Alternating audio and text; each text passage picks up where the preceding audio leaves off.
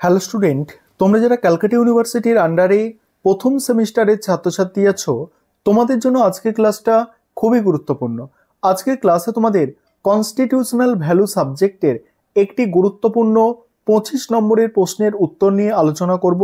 আর তোমরা যারা ইংলিশ ভার্সনের ছাত্রছাত্রী আছো, তোমরাও আজকের ক্লাসটা দেখো, কারণ আজকে প্রশ্নের উত্তরটা ইংলিশেও থাকছে। তাহলে প্রশ্নটা কি আছে দেখো, তোমাদের জন্য কিন্তু এটা মোস্ট ইম্পর্টেন্ট প্রশ্ন। প্রশ্নটা আছে, ভারতের সাংবিধানিক মূল্যবোধের ক্ষেত্রে সাম্য ও সৌভ্রাতৃত্বের ধারণা আলোচনা করো। আবারও বলছি, প্রশ্নটা খুবই গুরুত্বপূর্ণ, ভালো করে দেখে নাও।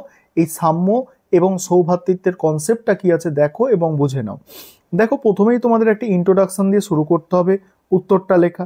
বিশ্বের প্রতিটি দেশের সংবিধানে বিশেষ কিছু সাংবিধানিক মূল্যবোধ থাকে, যার উপর ভিত্তি করে সেই দেশের সংবিধান দাঁড়িয়ে থাকে।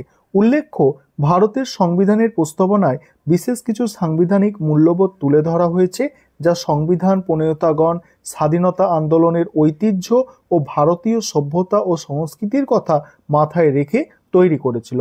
ন্যায় বিচার, স্বাধীনতা, সাম্য, সৌভ্রাতৃত্ব হলো সেই সৌভ্রাতৃত্ব হলো সেই বিশেষ সাংবিধানিক মূল্যবোধ যা নাগরিকদের উন্নয়নের জন্য বিশেষভাবে প্রয়োজনীয় এবং যার ভিত্তিতে জাতীয় ঐক্য, অখণ্ডতা ও বৈচিত্র্য বজায় থাকে। এবার সাম্যের ধারণা অর্থাৎ ইকুয়ালিটির ধারণা। দেখো, পুরো প্রশ্নের উত্তরটা আলোচনা করব, তারপরে ইংলিশ ভার্সন তোমরা যারা আছো তোমাদের আমি প্রশ্নের উত্তরটা ইংলিশে দিয়ে দেবো। তার আগে একটা বিষয় তোমাদের বলার আছে, তোমাদের জন্য এই সাবজেক্টের ওপর স্টাডি মেটেরিয়াল তৈরি করা হয়েছে। তোমরা যদি কেউ স্টাডি মেটেরিয়াল পারচেস করতে চাও, সেক্ষেত্রে স্ক্রিনে দেখো নিচের দিকে যে নম্বরটা দেখতে পাচ্ছ, এই নম্বরে যোগাযোগ করে স্টাডি মেটেরিয়াল পারচেস করতে পারো। এবার তোমরা সাম্যের যে ধারণা আছে সেই সাম্যের ধারণাটা বুঝে নাও। সাধারণ অর্থে সাম্য বলতে প্রত্যেক ব্যক্তির সমান সুযোগ সুবিধা, অধিকার কিংবা স্বাধীনতার কথা বলা হয়। তবে রাষ্ট্রবিজ্ঞানে সাম্য বলতে প্রত্যেক ব্যক্তির সমান অবস্থাকে বোঝায় না। রাষ্ট্রবিজ্ঞানের আঙিনায় সাম্য হলো বাস্তবিক ক্ষেত্রে সামাজিক, রাজনৈতিক, অর্থনৈতিক প্রভৃতি ক্ষেত্রগুলিকে এমনভাবে বিন্যস্ত করতে হবে যে ক্ষেত্রে প্রত্যেকটি ব্যক্তি তার প্রাপ্য পাবে, অর্থাৎ সামাজিক, রাজনৈতিক, পৌরজীবনের ক্ষেত্রে সকল রকম বৈষম্যের অবসান হলো সাম্য। সাম্য হলো বিশেষ সুযোগ সুবিধার অনুপস্থিত, প্রত্যেকের সমান সুযোগ সুবিধা লাভের অধিকারকে বোঝায়। অধ্যাপক ল্যাস্কির মতে সমাজে বিশেষ সুযোগ সুবিধার ব্যবস্থা থাকলে জনগণের স্বাধীনতার অস্তিত্ব অসম্ভব। এক্ষেত্রে উল্লেখ্য যে সাম্য ব্যতীত গণতন্ত্র, স্বাধীনতা কিংবা ন্যায় বিচারের ধারণা অপ্রাসঙ্গিক। এবার তারপরে কি বলা হচ্ছে দেখো, ভারতের সংবিধান প্রণেতাগণ সাম্যের বিষয়টিকে অত্যন্ত মর্যাদা ও গুরুত্বের সঙ্গে সংবিধানের প্রস্তাবনায় এবং মৌলিক অধিকারের অধ্যায়ে স্থান দিয়েছেন। সংবিধানের প্রস্তাবনায় মর্যাদা ও সুযোগ সুবিধার ক্ষেত্রে সাম্য প্রতিষ্ঠার কথা বলা হয়েছে। পাশাপাশি সংবিধানের 14 থেকে 18 নম্বর ধারায় সাম্যের অধিকারকে মৌলিক অধিকার হিসাবে স্বীকৃতি দেওয়া হয়েছে। সংবিধানের 14 নম্বর ধারায় বলা হয়েছে, ভারতের রাষ্ট্রীয় সীমানার মধ্যে রাষ্ট্র কোনো ব্যক্তিকে আইনের দৃষ্টিতে সমতা কিংবা আইন সমূহ কর্তৃক সমানভাবে রক্ষিত অধিকার থেকে বঞ্চিত করবে না। সংবিধানের 15 নম্বর ধারায় জাতি, ধর্ম, বর্ণ, লিঙ্গ, জন্মস্থান নির্বিশেষে সকল নাগরিকের জন্য সমান সামাজিক সুযোগ সুবিধার কথা বলা হয়েছে। সংবিধানের 16 নম্বর ধারায় সরকারি চাকুরি বা পদে নিয়োগের ব্যাপারে জাতি, ধর্ম, বর্ণ, বংশ, জন্মস্থান, বাসস্থান নির্বিশেষে সব নাগরিকের সমান সুযোগ সুবিধার কথা বলা হয়েছে। সংবিধানের 17 নম্বর ধারায় অস্পৃশ্যতার বিলোপের কথা বলা হয়েছে এবং অস্পৃশ্যতামূলক আচরণ নিষিদ্ধ করা হয়েছে, এবং 18 নম্বর ধারায় কৃত্রিম বিভেদমূলক উপাধি প্রদানের ব্যবস্থাকে বিলুপ্ত করা হয়েছে। এছাড়া রাষ্ট্র পরিচালনার নির্দেশমূলক নীতিতে অর্থনৈতিক ক্ষেত্রে সাম্য প্রতিষ্ঠার জন্য সংবিধান রাষ্ট্রকে কিছু নির্দেশ দিয়েছে, যেমন সব কাজের জন্য নারী পুরুষের সমান বেতনের অধিকার। রাজনৈতিক ক্ষেত্রে সাম্য প্রতিষ্ঠার জন্য সংবিধানের 325 ও 326 নম্বর ধারায় জাতি, ধর্ম, বর্ণ, লিঙ্গ, ধনী নির্ধন নির্বিশেষে সর্বজনীন ভোটাধিকারের অধিকারকে স্বীকৃতি দেওয়া হয়েছে। এবার দেখো, সৌভ্রাতৃত্বের যে কনসেপ্টটা আছে সেটাকে বুঝে নাও। সৌভ্রাতৃত্ব অনুযায়ী সকল নাগরিকের একই পরিবারের সদস্যের মতো আচরণ করা উচিত। বলা হয় সৌভ্রাতৃত্ব বোধ হলো এমন একটি আকাঙ্ক্ষা যেখানে সকলেই পরস্পরের প্রতি বিশ্বস্ত থাকার জন্য প্রতিশ্রুতিবদ্ধ।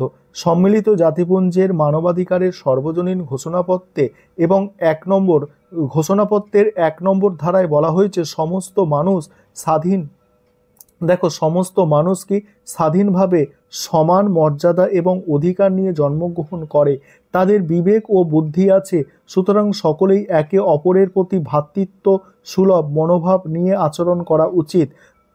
ভারতের মতো একটি বিশাল দেশে বহু ভাষা, বহু জাতি, বহু ধর্মের মানুষ বসবাস করে, সেখানে ভ্রাতৃত্ববোধের বিষয়টি অত্যন্ত গুরুত্বপূর্ণ একটি বিষয়।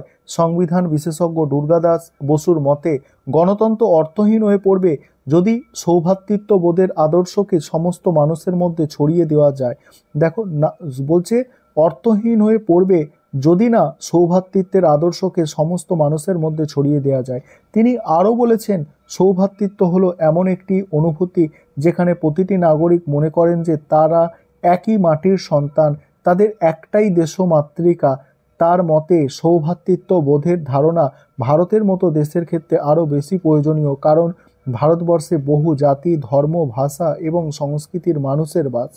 এই পরিপ্রেক্ষিতে সংবিধানের প্রস্তাবনায় সৌভ্রাতৃত্ব বোধের ধারণাটিকে লিপিবদ্ধ করা হয়েছে এবং বিশেষ গুরুত্ব আরোপ করা হয়েছে। পাশাপাশি ভারতীয় সংবিধানে সৌভ্রাতৃত্ব বোধের প্রসারের জন্য একাধিক উদ্যোগ গ্রহণ করা হয়েছে। যেমন সংবিধানের 1 নম্বর ধারায় ভারতকে রাজ্যসমূহের ইউনিয়ন হিসাবে বর্ণনা করা হয়েছে, যা কার্যত ভারতীয় ইউনিয়নের ঐক্য সংহতির ওপর গুরুত্ব আরোপ করে। আবার অভিন্ন নাগরিকতার যে ব্যবস্থা সংবিধানে আছে তার মূল উদ্দেশ্য হলো ভারতীয়দের মধ্যে ঐক্য ও সংহতি গড়ে তোলা। এক্ষেত্রে উল্লেখ্য যে সংবিধানের প্রস্তাবনায় সংহতি শব্দটির উল্লেখ ছিল না। 1976 সালে 42তম সংবিধান সংশোধনের মাধ্যমে এই শব্দটি যোগ করা হয়েছে। তারপর কি বলা হচ্ছে, দেখো কোনো রকম বৈষম্য ব্যতি রেখে প্রত্যেক নাগরিকের জন্য সংবিধানের 3য় অধ্যায়ে যে মৌলিক অধিকার লিপিবদ্ধ করা হয়েছে কিংবা সংবিধানের 4র্থ অংশে যে নির্দেশমূলক নীতিসমূহের কথা বলা হয়েছে তার মূল উদ্দেশ্য হল সৌভ্রাতৃত্বের প্রসার ঘটানো। ভারতের সংবিধানের 4র্থ অংশে 51 নম্বর ধারায় বিশ্ব ভ্রাতৃত্ববোধের সুমহান আদর্শের বাস্তব রূপায়ণ ঘটেছে। এই ধারায় আন্তর্জাতিক শান্তি ও নিরাপত্তা বৃদ্ধি, জাতিসমূহের মধ্যে ন্যায়সঙ্গত ও সম্মানজনক সম্পর্ক রক্ষা, আন্তর্জাতিক আইন ও সন্ধির প্রতি শ্রদ্ধা এবং সালিসির মাধ্যমে আন্তর্জাতিক বিরোধের মীমাংসা করার কথা বলা হয়েছে। এটা ছিল তোমাদের বাংলায় আলোচনা। এবার তোমরা যারা ইংলিশ ভার্সনের স্টুডেন্ট আছো তোমরা প্রশ্নের উত্তরটা দেখে নাও।